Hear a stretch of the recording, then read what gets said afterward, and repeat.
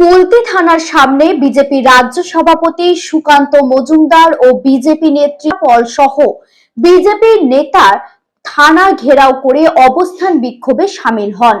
সম্প্রতি দক্ষিণ ২৪ পরগনার কুলতি থানা এলাকায় এক শিক্ষার্থীর সঙ্গে ঘটা দুঃখজনক ঘটনার প্রেক্ষিতে পুলিশের ভূমিকা নিয়ে প্রশ্ন উঠেছে।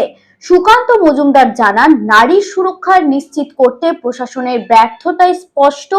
বিজেপি কর্মীরা এই ঘটনার সুবিচারের দাবিতে এবং মহিলার নিরাপত্তার স্বার্থে বিক্ষোভে অংশ নেন।